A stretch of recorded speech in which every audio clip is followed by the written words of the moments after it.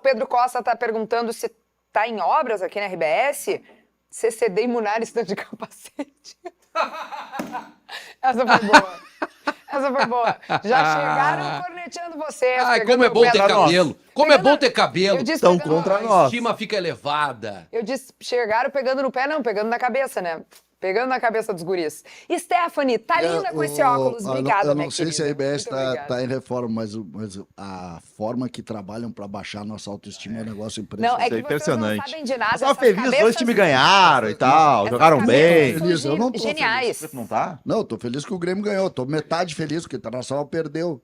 Mas eu tô... Como assim o Internacional perdeu? Não, Internacional ganhou. É por isso que eu tô...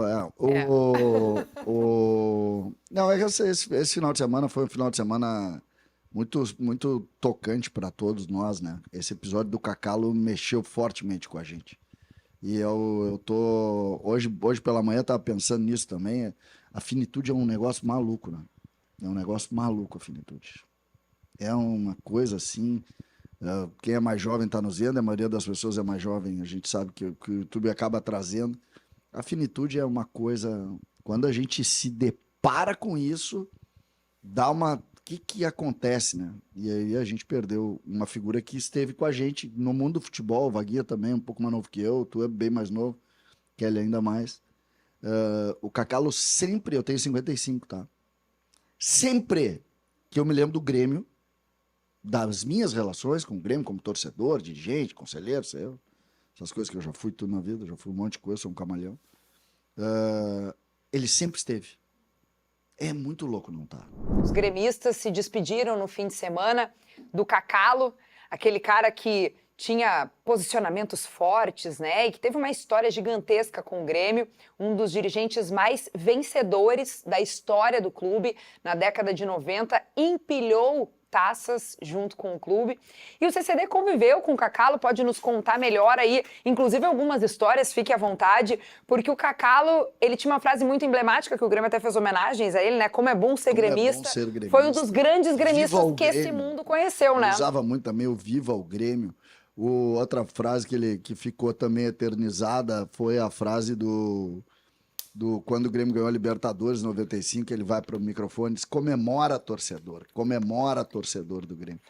O Cacalo é uma figura única, né? Única. Para mim, o maior gremista de todos os tempos. Nunca nós vamos ter outro gremista como ele. E eu me refiro à entrega, né? O Grêmio sempre foi a grande companhia do Cacalo. Cacalo, ele fez a vida como advogado, tinha uma carreira muito forte como advogado e ele abre mão, não totalmente da carreira, mas ele abre mão, ó, quem está atrás dele lá, só para ter aquela foto, se voltar um pouquinho ali, voltar um pouquinho, aquela foto lá atrás, ó, ali, dá uma pausa aí, por favor. De bigode? Porque isso, um pouquinho, só para mostrar ali também, aí, tá? Quem tá, aquela foto ali, daquele senhor de bigode, o nome dele é Aurélio de Lima Pi, que é o primeiro patrono do Grêmio na década de 40, que foi a figura, por exemplo, que criou o Campeonato Gaúcho, foi presidente da federação, era um médico, foi reitor da universidade, era uma figura pública, uma figura da sociedade porto-alegrense, e ele foi o primeiro patrono do Grêmio. A foto que tem ao lado, que a gente não consegue ver, e não tem problema, é a foto de Fernando Crefft, pai do Duda Crefft, mas um homem também da sociedade que foi o patrono de mais tempo. Tá lá o Fernando Crefft, lá a foto dele, ó. Ali a foto do Fernando Crefft. E aqui bem à direita deve surgir, não sei se vai aparecer, a foto de Hélio Dourado.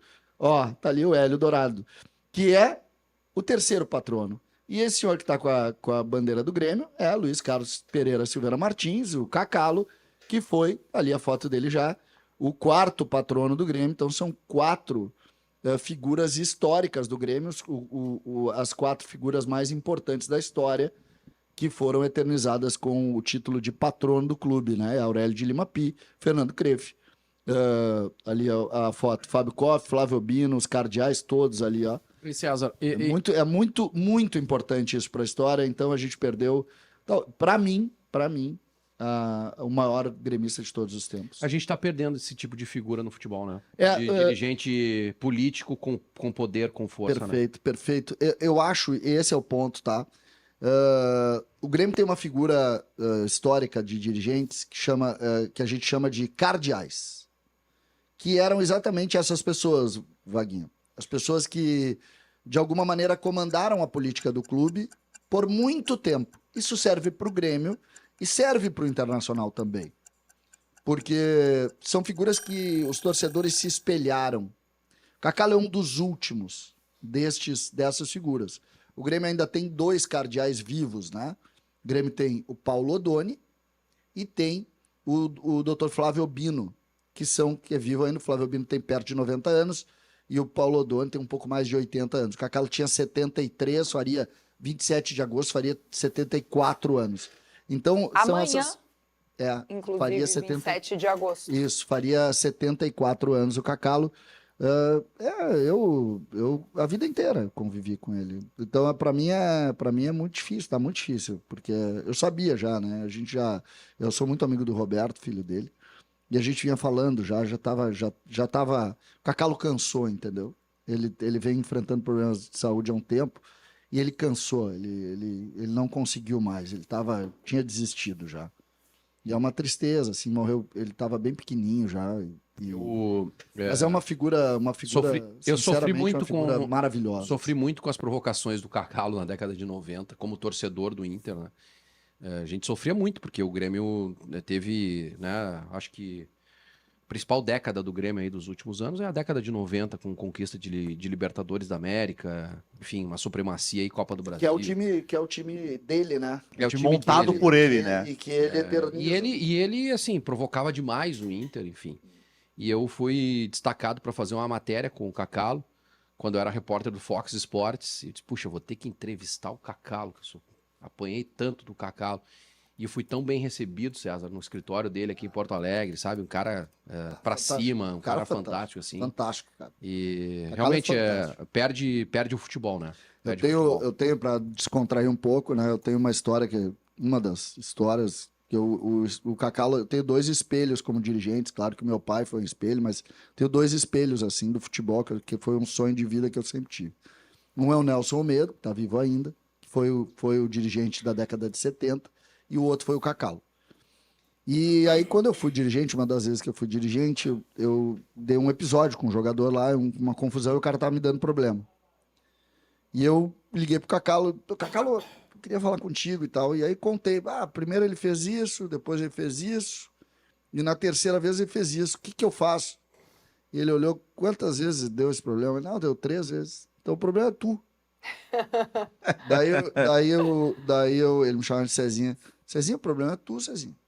Por quê? O problema sou eu. Mas na primeira vez eu tinha arrancado a cabeça dele fora. Já acabou. Já acabou. Não passa da segunda. Eu disse, essa é a diferença do Cacalo para mim. O Cacalo sempre vai ser melhor do que eu.